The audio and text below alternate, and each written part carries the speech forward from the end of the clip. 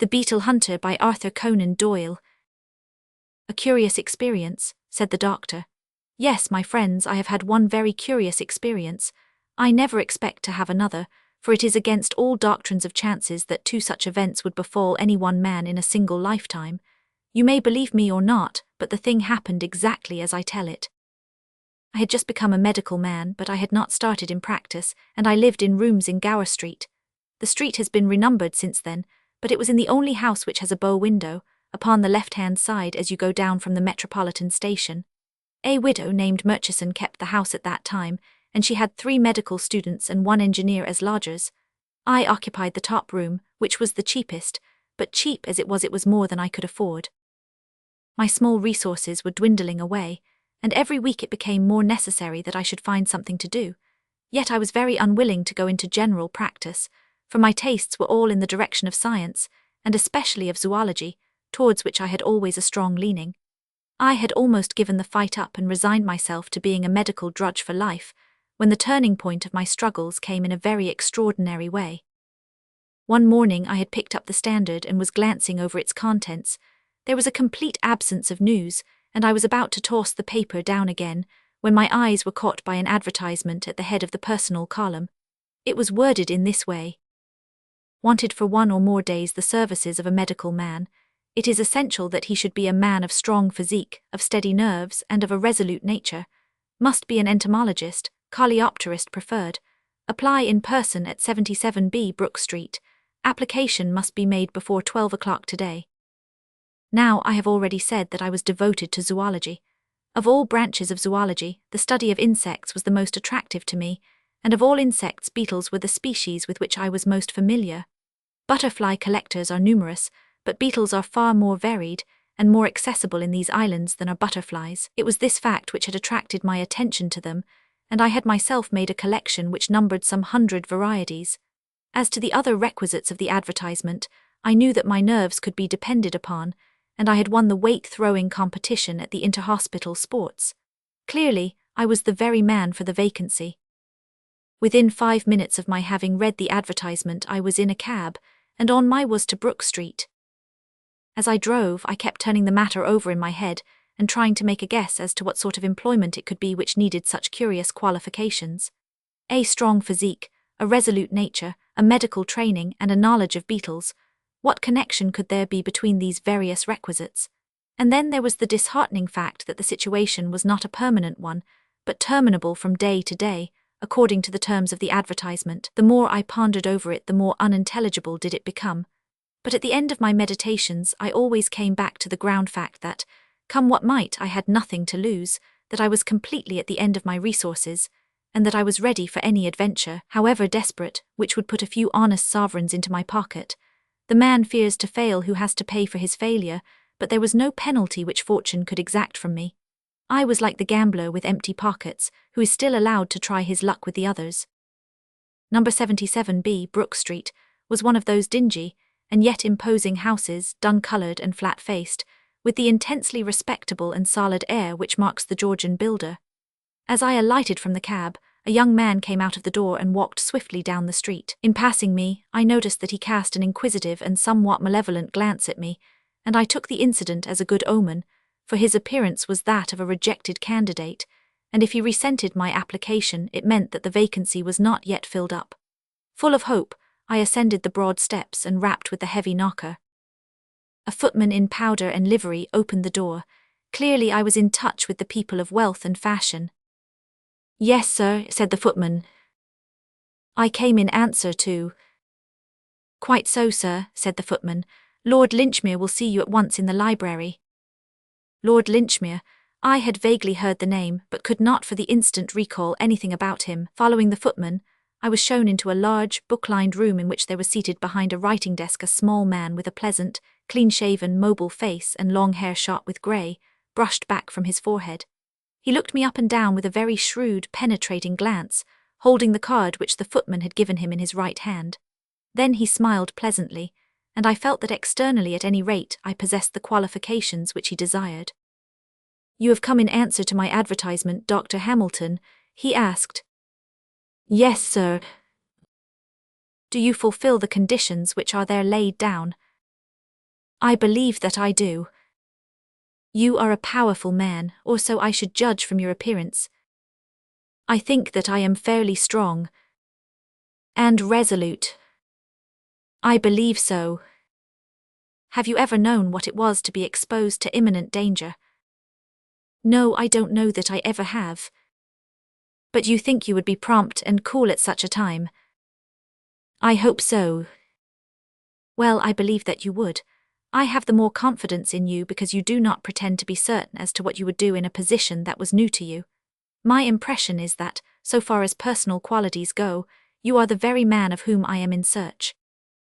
That being settled, we may pass on to the next point, which is to talk to me about beetles.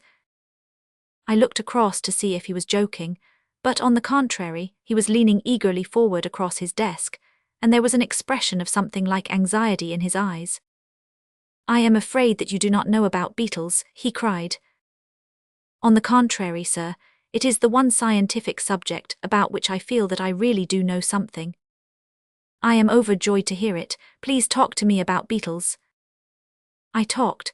I do not profess to have said anything original upon the subject, but I gave a short sketch of the characteristics of the beetle, and ran over the more common species, with some allusions to the specimens in my own little collection, and to the article upon burying beetles, which I had contributed to the Journal of Entomological Science. What, not a collector? Cried Lord Linchmere. You don't mean that you are yourself a collector? His eyes danced with pleasure at the thought. You are certainly the very man in London for my purpose. I thought that among 5 millions of people there must be such a man, but the difficulty is to lay one's hands upon him. I have been extraordinarily fortunate in finding you. He rang a gong upon the table, and the footman entered. Ask Lady Rossiter to have the goodness to step this way, said his lordship, and a few moments later the lady was ushered into the room. She was a small, middle-aged woman, very like Lord Linchmere in appearance, with the same quick, alert features and grey-black hair. The expression of anxiety, however, which I had observed upon his face was very much more marked upon hers. Some great grief seemed to have cast its shadow over her features. As Lord Linchmere presented me, she turned her face full upon me, and I was shocked to observe a half-healed scar extending for 2 inches over her right eyebrow. It was partly concealed by plaster, but none the less I could see that it had been a serious wound, and not long inflicted. Dr. Hamilton is the very man for our purpose, Evelyn, said Lord Linchmere. He is actually a collector of beetles, and he has written articles upon the subject. Really, said Lady Rossiter, then you must have heard of my husband. Everyone who knows anything about beetles must have heard of Sir Thomas Rossiter. For the first time a thin little ray of light began to break into the obscure business. Here at last was a connection between these people and beetles. Sir Thomas Rossiter, he was the greatest authority upon the subject in the world. He had made it his lifelong study, and had written a most exhaustive work upon it. I hastened to assure her that I had read and appreciated it. Have you met my husband? She asked. No, I have not. But you shall, said Lord Linchmere with decision. The lady was standing beside the desk, and she put her hand upon his shoulder. It was obvious to me as I saw their faces together that they were brother and sister. Are you really prepared for this, Charles? It is noble of you, but you fill me with fears. Her voice quavered with apprehension, and he appeared to me to be equally moved, though he was making strong efforts to conceal his agitation. Yes, yes, dear, it is all settled, it is all decided. In fact, there is no other possible way that I can see. There is one obvious way. No, no, Evelyn, I shall never abandon you, never. It will come right, depend upon it, it will come right, and surely it looks like the interference of Providence that so perfect an instrument should be put into our hands. My position was embarrassing, for I felt that for the instant they had forgotten my presence, but Lord Linchmere came back suddenly to me and to my engagement. The business for which I want you, Dr. Hamilton, is that you should put yourself absolutely at my disposal. I wish you to come for a short journey with me, to remain always at my side, and to promise to do without question whatever I may ask you, however unreasonable it may appear to you to be. That is a good deal to ask, said I. Unfortunately, I cannot put it more plainly, for I do not myself know what turn matters may take. You may be sure, however, that you will not be asked to do anything which your conscience does not approve, and I promise you that, when all is over, you will be proud to have been concerned in so good a work." "If it ends happily," said the lady. "Exactly, if it ends happily," his lordship repeated. "In terms?" I asked. £20 a day." I was amazed at the sum, and must have showed my surprise upon my features. "It is a rare combination of qualities, as must have struck you when you first read the advertisement," said Lord Linchmere. "Such varied gifts may well command a high return, and I do not conceal from you that your duties might be arduous or even dangerous. Besides, it is possible that 1 or 2 days may bring the matter to an end." "Please God," sighed his sister. "So now, Dr. Hamilton, may I rely upon your aid?" "Most undoubtedly," said I. "You have only to tell me what my duties are." "Your first duty will be to return to your home. You will pack up whatever you may need for a short visit to the country. We start together from Paddington Station at 3:40 this afternoon." "Do we go far?" "As far as Pangbourne. Meet me at the bookstall at 3:30. I shall have the tickets. Goodbye, Dr. Hamilton. And by the way, there are 2 things which I should be very glad if you would bring with you in case you have them. One is your case for collecting beetles, and the other is a stick, and the thicker and heavier the better." You may imagine that I had plenty to think of from the time that I left Brook Street, until I set out to meet Lord Linchmere at Paddington. The whole fantastic business kept arranging and rearranging itself in kaleidoscopic forms inside my brain, until I had thought out a dozen explanations, each of them more grotesquely improbable than the last. And yet I felt that the truth must be something grotesquely improbable also. At last I gave up all attempts at finding a solution, and contented myself with exactly carrying out the instructions which I had received. With a hand valise, specimen case, and a loaded cane, I was waiting at the Paddington bookstall when Lord Linchmere arrived. He was an even smaller man than I had thought, frail and peaky, with a manner which was more nervous than it had been in the morning. He wore a long, thick travelling ulster, and I observed that he carried a heavy blackthorn cudgel in his hand. "I have the tickets," said he, leading the way up the platform. "This is our train. I have engaged a carriage, for I am particularly anxious to impress 1 or 2 things upon you while we travel down." And yet all that he had to impress upon me might have been said in a sentence, for it was that I was to remember that I was there as a protection to himself, and that I was not on any consideration to leave him for an instant. This he repeated again and again as our journey drew to a close, with an insistence which showed that his nerves were thoroughly shaken. "Yes," he said at last in answer to my looks rather than to my words, "I am nervous, Dr. Hamilton. I have always been a timid man, and my timidity depends upon my frail physical health, but my soul is firm, and I can bring myself up to face a danger which a less nervous man might shrink from. What I am doing now is done from no compulsion, but entirely from a sense of duty, and yet it is, beyond doubt, a desperate risk. If things should go wrong, I will have some claims to the title of martyr." This eternal reading of riddles was too much for me. I felt that I must put a term to it. "I think it would very much better, sir, if you were to trust me entirely," said I. "It is impossible for me to act effectively when I do not know what are the objects which we have in view, or even where we are going." "Oh, as to where we are going, there need be no mystery about that," said he. "We are going to Delamere Court, the residence of Sir Thomas Rossiter, with whose work you are so conversant. As to the exact object of our visit, I do not know that at this stage of the proceedings anything would be gained, Dr. Hamilton. By taking you into my complete confidence, I may tell you that we are acting.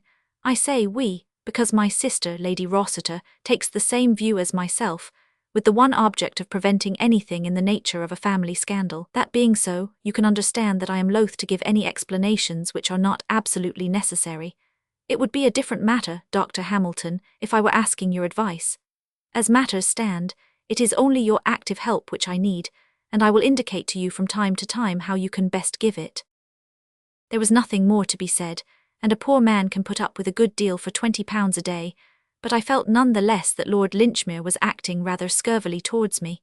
He wished to convert me into a passive tool, like the blackthorn in his hand. With his sensitive disposition, I could imagine, however, that scandal would be abhorrent to him, and I realized that he would not take me into his confidence until no other course was open to him. I must trust to my own eyes and ears to solve the mystery, but I had every confidence that I should not trust to them in vain. Delamere Court lies a good 5 miles from Pangbourne Station, and we drove for that distance in an open fly. Lord Linchmere sat in deep thought during the time, and he never opened his mouth until we were close to our destination. When he did speak, it was to give me a piece of information which surprised me. "Perhaps you are not aware," said he, "that I am a medical man like yourself." "No, sir, I did not know it." "Yes, I qualified in my younger days when there were several lives between me and the peerage. I have not had occasion to practice, but I have found it a useful education, all the same. I never regretted the years which I devoted to medical study. These are the gates of Delamere Court." We had come to 2 high pillars crowned with heraldic monsters, which flanked the opening of a winding avenue. Over the laurel bushes and rhododendrons, I could see a long, many-gabled mansion, girdled with ivy, and toned to the warm, cheery, mellow glow of old brickwork. My eyes were still fixed in admiration upon this delightful house when my companion plucked nervously at my sleeve. "Here's Sir Thomas," he whispered. "Please talk Beetle all you can." A tall, thin figure, curiously angular and bony, had emerged through a gap in the hedge of laurels.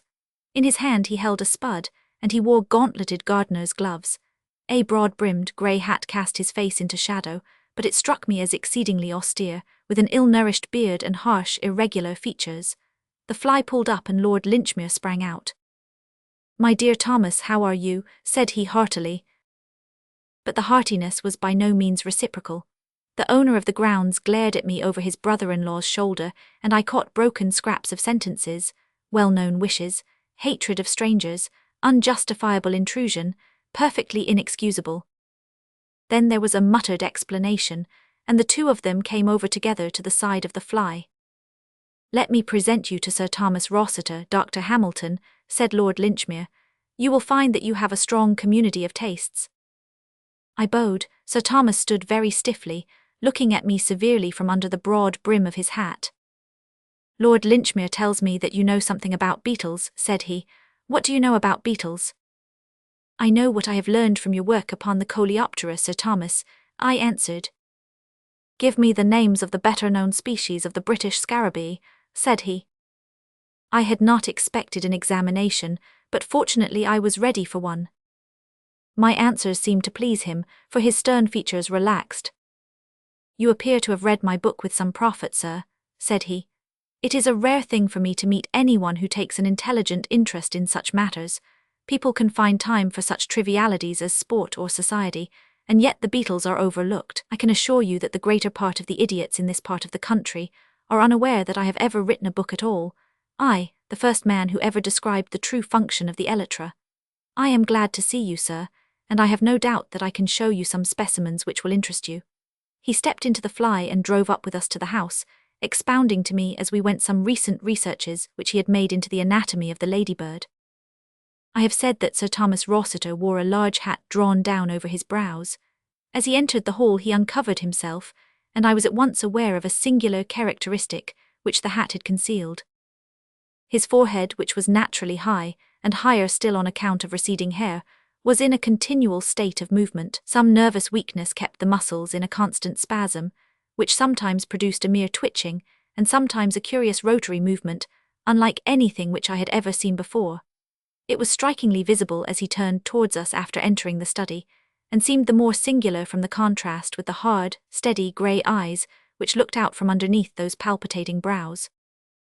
"I am sorry," said he, "that Lady Rossiter is not here to help me to welcome you. By the way, Charles, did Evelyn say anything about the date of her return?" "She wished to stay in town for a few more days," said Lord Linchmere. "You know how ladies' social duties accumulate if they have been for some time in the country. My sister has many old friends in London at present." "Well, she is her own mistress, and I should not wish to alter her plans, but I shall be glad when I see her again. It is very lonely here without her company." "I was afraid that you might find it so, and that was partly why I ran down. My young friend, Dr. Hamilton, is so much interested in the subject which you have made your own, that I thought you would not mind his accompanying me." "I lead a retired life, Dr. Hamilton, and my aversion to strangers grows upon me," said our host. "I have sometimes thought that my nerves are not so good as they were. My travels in search of beetles in my younger days took me into many malarious and unhealthy places. But a brother coleopterist like yourself is always a welcome guest, and I shall be delighted if you will look over my collection, which I think that I may without exaggeration describe as the best in Europe. And so no doubt it was. He had a huge oaken cabinet arranged in shallow drawers, and here, neatly ticketed and classified, were beetles from every corner of the earth, black, brown, blue, green, and mottled. Every now and then, as he swept his hand over the lines and lines of impaled insects, he would catch up some rare specimen, and handling it with as much delicacy and reverence as if it were a precious relic, he would hold forth upon its peculiarities and the circumstances under which it came into his possession. It was evidently an unusual thing for him to meet with a sympathetic listener, and he talked and talked until the spring evening had deepened into night, and the gong announced that it was time to dress for dinner. All the time Lord Linchmere said nothing, but he stood at his brother-in-law's elbow, and I caught him continually shooting curious little questioning glances into his face, and his own features expressed some strong emotion, apprehension, sympathy, expectation. I seemed to read them all. I was sure that Lord Linchmere was fearing something and awaiting something, but what that something might be I could not imagine. The evening passed quietly but pleasantly, and I should have been entirely at my ease if it had not been for that continual sense of tension upon the part of Lord Linchmere. As to our host, I found that he improved upon acquaintance. He spoke constantly with affection of his absent wife, and also of his little son, who had recently been sent to school. The house, he said, was not the same without them. If it were not for his scientific studies, he did not know how he could get through the days. After dinner we smoked for some time in the billiard-room, and finally went early to bed.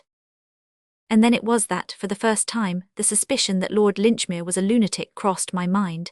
He followed me into my bedroom when our host had retired. "Doctor," said he, speaking in a low, hurried voice, "you must come with me. You must spend the night in my bedroom." "What do you mean?"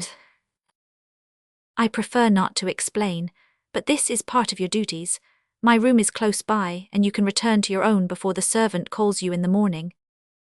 "But why?" I asked. "Because I am nervous of being alone," said he. "That's the reason, since you must have a reason." It seemed rank lunacy, but the argument of those £20 would overcome many objections. I followed him to his room. "Well," said I, "there's only room for one in that bed." "Only one shall occupy it," said he.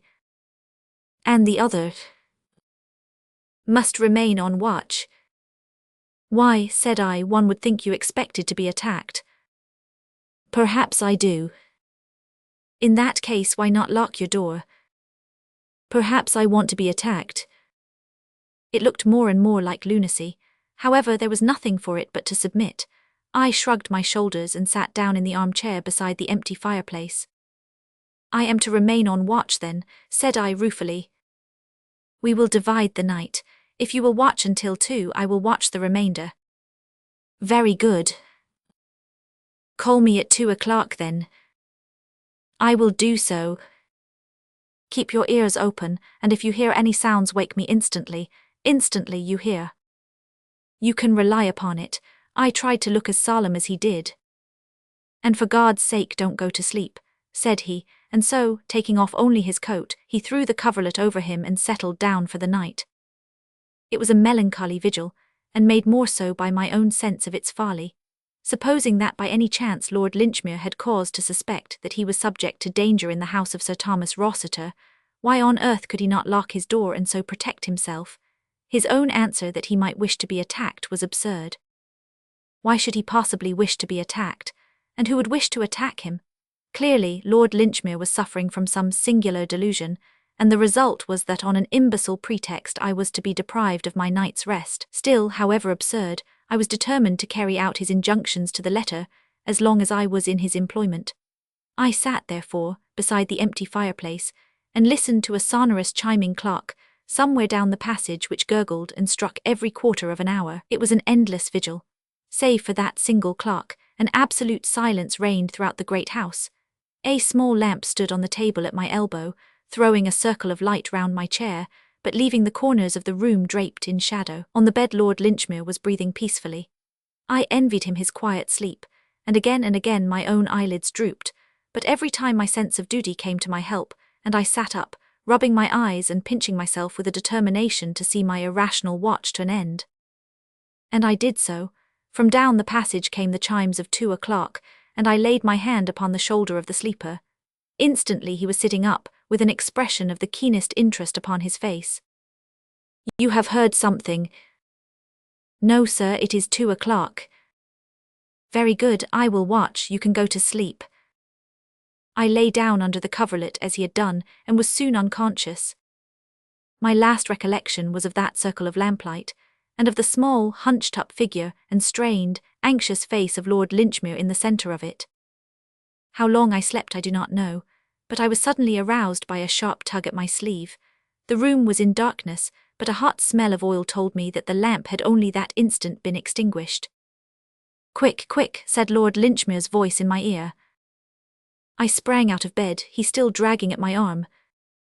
"Over here," he whispered, and pulled me into a corner of the room. "Hush, listen." In the silence of the night I could distinctly hear that someone was coming down the corridor. It was a stealthy step, faint and intermittent, as of a man who paused cautiously after every stride. Sometimes for half a minute there was no sound, and then came the shuffle and creak which told of a fresh advance. My companion was trembling with excitement. His hand, which still held my sleeve, twitched like a branch in the wind. "What is it?" I whispered. "It's he. Sir Thomas." "Yes." "What does he want?" "Hush, do nothing until I tell you." I was conscious now that someone was trying the door. There was the faintest little rattle from the handle, and then I dimly saw a thin slit of subdued light. There was a lamp burning somewhere far down the passage, and it just sufficed to make the outside visible from the darkness of our room. The greyish slit grew broader and broader, very gradually, very gently, and then outlined against it I saw the dark figure of a man. He was squat and crouching, with the silhouette of a bulky and misshapen dwarf. Slowly the door swung open with this ominous shape framed in the centre of it, and then in an instant the crouching figure shot up. There was a tiger spring across the room, and thud, thud, thud, came 3 tremendous blows from some heavy object upon the bed. I was so paralyzed with amazement that I stood motionless and staring, until I was aroused by a yell for help from my companion. The open door shed enough light for me to see the outline of things, and there was little Lord Linchmere with his arms round the neck of his brother-in-law, holding bravely on to him like a game bull-terrier with its teeth into a gaunt deerhound. The tall, bony man dashed himself about, writhing round and round to get a grip upon his assailant, but the other, clutching on from behind, still kept his hold, though his shrill, frightened cries showed how unequal he felt the contest to be. I sprang to the rescue, and the 2 of us managed to throw Sir Thomas to the ground, though he made his teeth meet in my shoulder. With all my youth and weight and strength, it was a desperate struggle before we could master his frenzied struggles, but at last we secured his arms with the waistcord of the dressing gown which he was wearing. I was holding his legs while Lord Linchmere was endeavouring to relight the lamp, when there came the pattering of many feet in the passage, and the butler and 2 footmen, who had been alarmed by the cries, rushed into the room. With their aid we had no further difficulty in securing our prisoner, who lay foaming and glaring upon the ground. One glance at his face was enough to prove that he was a dangerous maniac, while the short, heavy hammer which lay beside the bed showed how murderous had been his intentions. "Do not use any violence," said Lord Linchmere as we raised the struggling man to his feet. "He will have a period of stupor after this excitement. I believe that it is coming on already." As he spoke, the convulsions became less violent, and the madman's head fell forward upon his breast, as if he were overcome by sleep. We led him down the passage and stretched him upon his own bed, where he lay unconscious, breathing heavily. "2 of you will watch him," said Lord Linchmere, "and now, Doctor Hamilton, if you will return with me to my room, I will give you the explanation which my horror of scandal has perhaps caused me to delay too long. Come what may, you will never have cause to regret your share in this night's work. The case may be made clear in a very few words," he continued, when we were alone. "My poor brother-in-law is one of the best fellows upon earth, a loving husband and an estimable father, but he comes from a stock which is deeply tainted with insanity.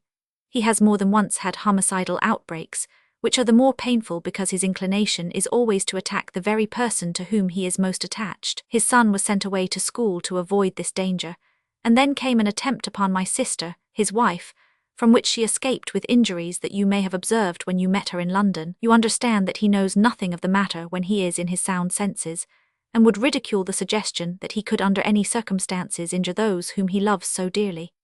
It is often, as you know, a characteristic of such maladies that it is absolutely impossible to convince the man who suffers from them of their existence. Our great object was, of course, to get him under restraint before he could stain his hands with blood, but the matter was full of difficulty. He is a recluse in his habits, and would not see any medical man. Besides, it was necessary for our purpose that the medical man should convince himself of his insanity, and he is sane as you or I, save on these very rare occasions. But fortunately, before he has these attacks he always shows certain premonitory symptoms, which are providential danger signals, warning us to be upon our guard. The chief of these is that nervous contortion of the forehead which you must have observed. This is a phenomenon which always appears from 3 to 4 days before his attacks of frenzy. The moment it showed itself, his wife came into town on some pretext, and took refuge in my house in Brook Street. It remained for me to convince a medical man of Sir Thomas's insanity, without which it was impossible to put him where he could do no harm. The first problem was how to get a medical man into his house. I bethought me of his interest in beetles, and his love for anyone who shared his tastes. I advertised, therefore, and was fortunate enough to find in you the very man I wanted. A stout companion was necessary, for I knew that the lunacy could only be proved by a murderous assault, and I had every reason to believe that that assault would be made upon myself, since he had the warmest regard for me in his moments of sanity. I think your intelligence will supply all the rest. I did not know that the attack would come by night, but I thought it very probable, for the crises of such cases usually do occur in the early hours of the morning.